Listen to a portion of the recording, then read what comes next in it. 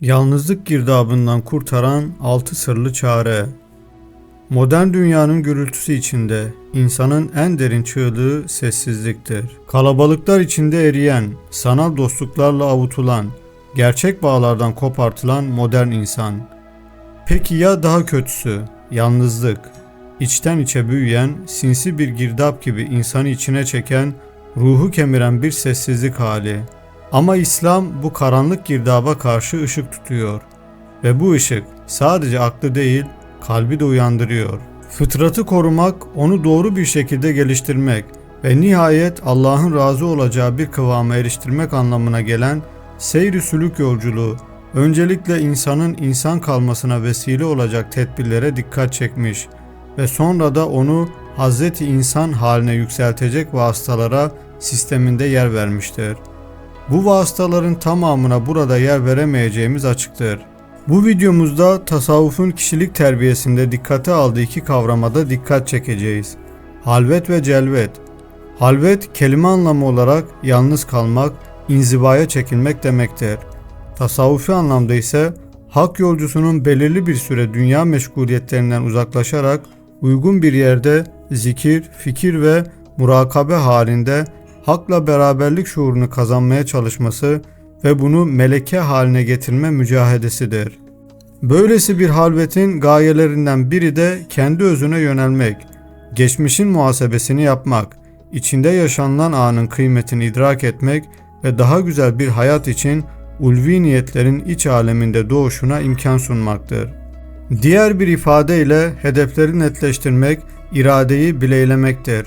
Neler yapacağından ziyade ne olacağına odaklanmak, kendini bulmak ve onu doğru yere konumlandırmaktır.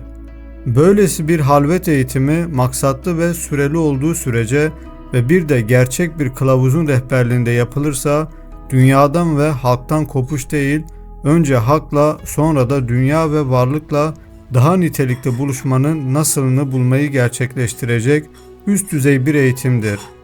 Bu eğitim sonunda ortaya çıkan kişilik, kendi içinde, gönlünde yüceler yücesi, Mevla ile derinlikli bir vuslat hali yaşarken, dışta da yine onun adına, ona doğru ve onunla olarak varlıkla bir beraberlik ve bütünlük sağlayacaktır. Tarih boyunca bu usulle nice erler yetiştirilmiş ve hatta halvetilik namıyla anılan tarikatlar bile ortaya çıkmıştır. Halvet bugün insanlık ailesinin yaşadığı yıpratıcı, çürütücü, hayata küstürücü bir yalnızlık değil. Hayatla üst düzey kaynaştırıcı, ülfet ve ünsiyet ettirici kıymetli bir yalnızlıktır. Çürütücü, dertlendirici ve nihayet hayata küstürücü yalnızlık, ilgisizlik hapishanesinin mahkumu olmaktır ki son derece tehlikelidir. Böylesi yalnızlıklar insanın iç dünyasında çoğu zaman nefsani ve şeytani fısıltıların oluşturduğu korkutucu karanlıklar oluşturur. Bu kuytularda çeşit çeşit psikolojik hastalıkların oluşması, korku ve endişe girdaplarında boğulup gitmelerin yaşanması gayet tabidir. Yalnızlığın bu türü kişiyi hem hayattan koparır hem de kendi özünden. Zira Rabbi ile bir beraberlik ve ünsiyet yaşayamayan kimselerin yalnızlığı değer değil birçok dert üretir. Materyalist dünya bu tehlikeyi bugün görmüş, Yalnızlık Bakanlığı kurulmasını düşünecek bir noktaya gelmiştir. Bencilliğin putlaştırıldığı dünya, yıpratıcı yalnızlık girdabını hafifletecek oyuncaklar ve meşgaleler üretse de bunlar tedavi edici değil, basit ağrı kesiciler olmaktan öteye geçemeyecektir. Ancak erdirici yalnızlık halini yakalamak da kolayca ele geçecek bir devlet değildir. Bu devlete nail olma kapısı elbette istidatlı, azimli, gayretli ve nasipli kullara daima açıktır. Ancak genelin maruz kaldığı ilgisizlikten oluşan yalnızlık derdine çare, nitelikli kimselerle beraberlikler oluşturmaktır. Yani celvet halidir. Celvet, halvetin zıttı gibi görünse de aslında tamamlayıcısıdır.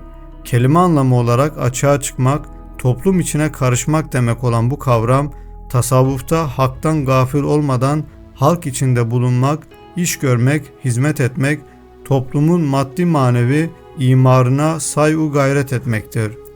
İslam esasen eğitim maksatlı, kısa süreli uzdete teşvik etse de daha çok toplum içinde olmayı tavsiye eden bir nizamdır. Halk içinde kaybolup gidecek, gaflete ve dünyaya yenik düşecek kimselere halvet bir sığınma ise de olunması gereken kıvam halvet der encümen. Halk içinde hakla beraberlik dirayetidir. Evet, yalnızlık girdabından kurtaran 6 İslami çare. Halk içinde kaybolup gitmemek ve daha da tehlikelisi yalnızlık girdabına mahkum olmamak için İslam'ın sunduğu çarelere sıkı sarılmak icap eder. Bunları kısa kısa şöyle sıralamak mümkündür. 1. Aile bağlarını güçlendirmek ve asla koparmamak. Özellikle anne baba bağı hiçbir şekilde koparılmamalıdır. Şirk ve isyana zorlamaları müstesna, onlarla birliktelik istikrarlı bir şekilde sürdürülmeli, ihsan üzere bir ilişki korunmalıdır. Bu yönüyle aile, dünyada sığınılacak koruyucu ve besleyici kalelerin başında gelmektedir. Bunu iyi bilen bozguncular güruhu, ifsat şebekeleri, kişiyi aile bağlarından uzaklaştırmayı önemli bir hedef haline getirmektedirler. 2. Evlenerek yuva kurmak. İnsanı koruyan en önemli ikinci kale, salih, saliha eştir. Eşlerden ve çocuklardan oluşan evler, yalnızlığın, kimsesizliğin verdiği çile ve ızdıraptan kurtarıcı huzur yuvalarıdır. Ancak burada dikkat edilmesi gereken, yuvanın doğru seçimler üzerine bina edilmesidir. Muhabbet, merhamet, saygı ve sadakatin yaşandığı bu menziller sükunet limanlarıdır. Bu itibarla geçerli bir mazereti olmayan bekarları evlendirmek en önemli salih amellerin başında gelir denilmiştir. Fert ve toplumun korunup güçlenmesinde bu yuvalar kişiliklerin birlikte olgunlaştığı kıymeti yüksek terbiye ocaklarıdır.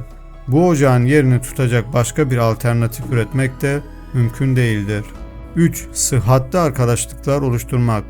Hz. Ali'nin 1000 dost azdır, bir düşman çoktur sözü önemlidir. Sadık dostları çok olan insanlar, neşesi daima hüznüne galip gelen kimselerdir. 4. Sivil toplumda rol almak ve hizmetkarlar safına girmek. Böylesi faaliyet ve oluşumlarda rol alanlar, kendilerini yalnızlıktan kurtaracağı gibi hizmet ettiklerinden alacağı dua, teşekkür, ilgi ve iltifat sayesinde de yüreğinde daima huzur hissedecek ve ilgisizliğin vereceği ızdıraptan emin olacaklardır. 5. Bütün varlıkla ve hadiselerle barış içinde olmak. Bu ise hayata bakış açısını değiştirmekle olacaktır. Bu hal yüksek bir kıvamdır ki hakla barışık gönüllere ihsan edilen bir ikram-ı ilahidir. 6. En yüksek saadet vesilesi ise her şeyin evvelinde, ahirinde, zahirinde ve batınında varlığı idrak edilen ve belki görür gibi olunan hakla beraberlik şuurudur. Böylesi kimselerde hüzün ve korkuya yer yoktur. Onlar çoklukla birliği, vahdette kesreti yani çokluğu görürler. Bu kıvam ise iman, İslam ve ihsan mertebelerinde derinleşebilen ve kemali sağlayabilen bahtiyarlarda görülür. Evet, yalnızlık artık bir kader değil, sadece aşılması gereken bir perdedir. Ve perde aralandığında seni bekleyen şey, hakikatle dolu bir huzur, ilahi bir yakınlıktır.